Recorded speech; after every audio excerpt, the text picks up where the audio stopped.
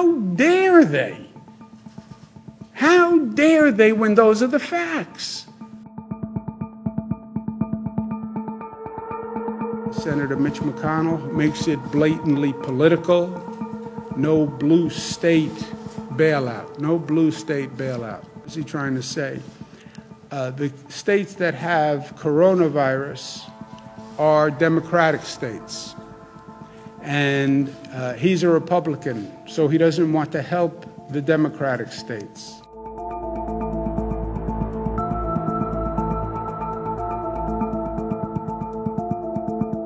We bail them out every year. New York State pays $29 billion into that federal pot, $29 billion more every year that we never get back. Our state contribution into the federal pot, the United States of America pot, every year we put in $29 billion more than we take out. On the other hand, they take out every year $37 billion more than they pay to the federal government. Senator Mitch McConnell,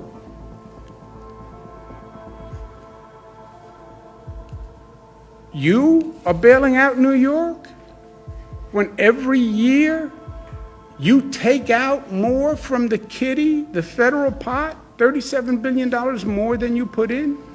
Who is bailing out whom?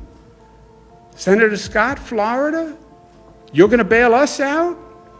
You take out $30 billion more every year than you pay in. How dare they? How dare they when those are the facts? How long are you going to play the American people and assume they're stupid? They are not. You look at the bills that they want to pass and who they want to help. They want to fund the hotels, the restaurants, the airlines, the big corporations. That's who they want to fund. Well, who do state and local governments fund? State and local governments fund police, firefighters, nurses, school teachers, food banks. That's who I want to fund. And that's what it means to fund a state and local government. And that's the choice that they're making. Everybody applauds the healthcare workers. Jets fly over in tribute to the healthcare workers. That's all nice. Saying thank you is nice. How about actually rewarding them and making their life easier?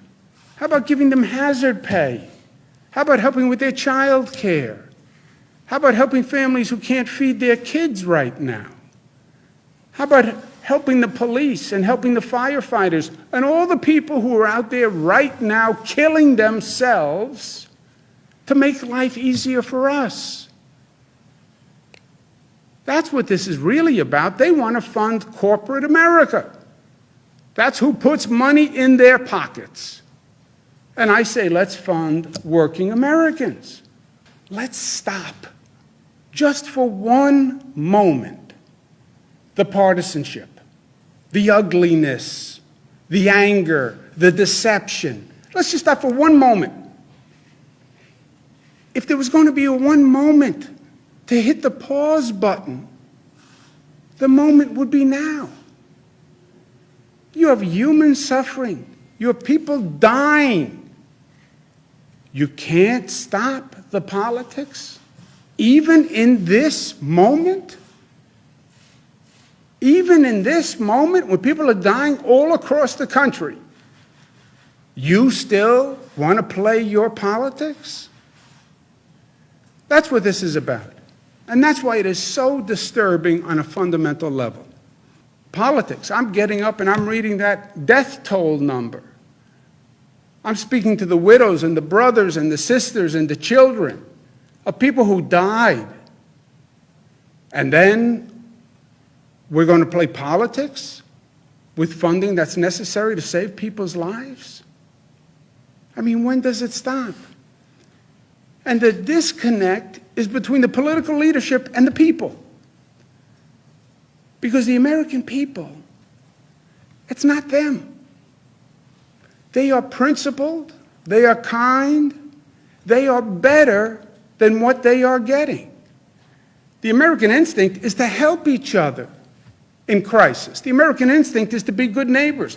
America was when I said we need help in our emergency rooms and hospitals, and 95,000 nurses and doctors from across the nation said, we will come to New York to help.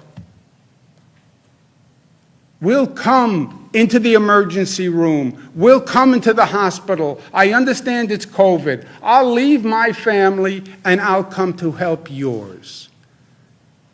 That's America. That's who we are. And that's who we have shown ourselves to be in the middle of this crisis. The crisis brings out the best and the worst. Yes. And the best of America is beautiful. And that's what we've seen.